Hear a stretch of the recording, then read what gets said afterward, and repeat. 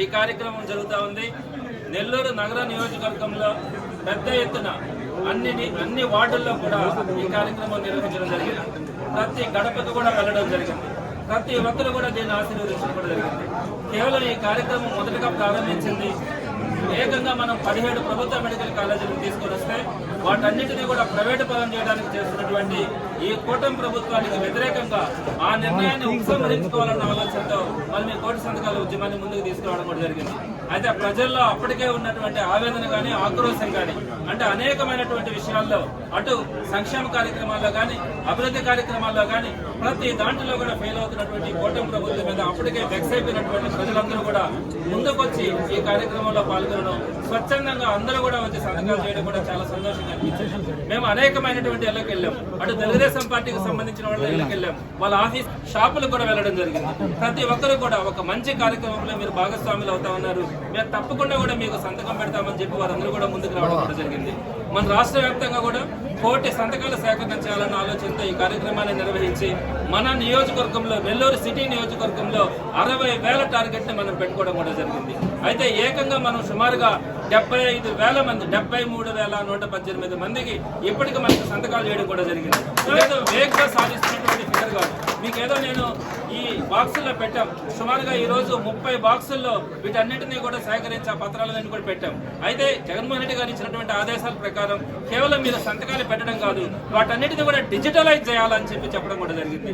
Digitalise చేయాలంటే వాళ్ళ పేరు, వాళ్ళ ఫోన్ నెంబర్, వాళ్ళు ఏ డివిజన్ కు సంబంధించినటువంటి వ్యక్తులు ఆ వివరాలన్నీ కూడా డిజిటలైజ్ చేయాలని చెప్పి కూడా నిర్ణయం తీసుకోవడం జరిగింది.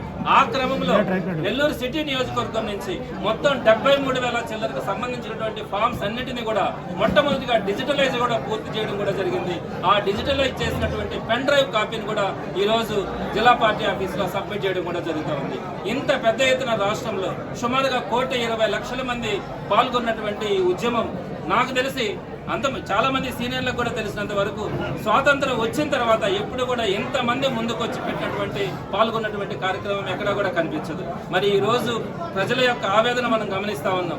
ప్రతి ఒక్కటి కూడా ప్రైవేటు పరం చేసి ప్రతి ఒక్కరికి కూడా వాళ్ళకి సంబంధించినటువంటి కార్యకర్తల నాయకులకు వాటన్నింటినీ కూడా అప్పగించి వాళ్ళ కార్యకర్తల మేలు చూస్తూ ఉంటారు. కానీ ఈరోజు సామాన్య ప్రజల మేలు ఎక్కడా కూడా చూస్తున్నటువంటి పరిస్థితి లేదు.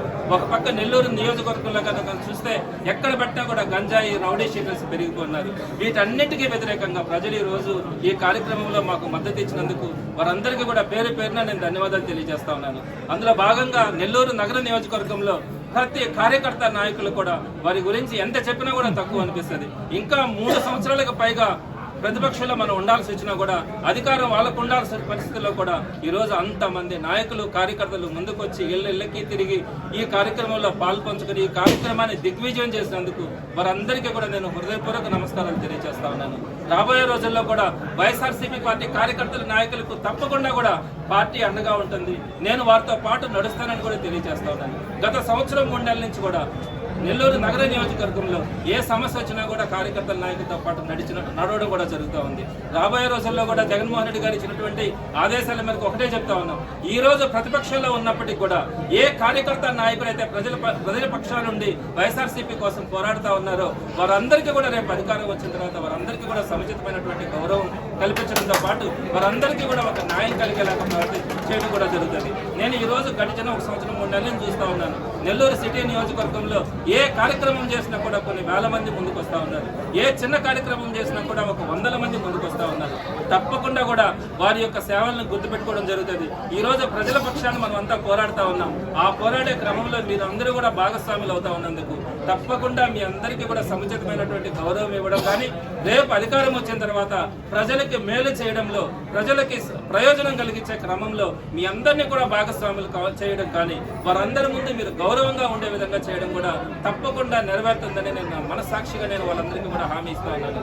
ఈ క్రమంలో దీంట్లో సహకరించినటువంటి ప్రతి ఒక్కరికి కూడా పేరు పేరున ధన్యవాదాలు తెలియజేస్తా ఉన్నాను.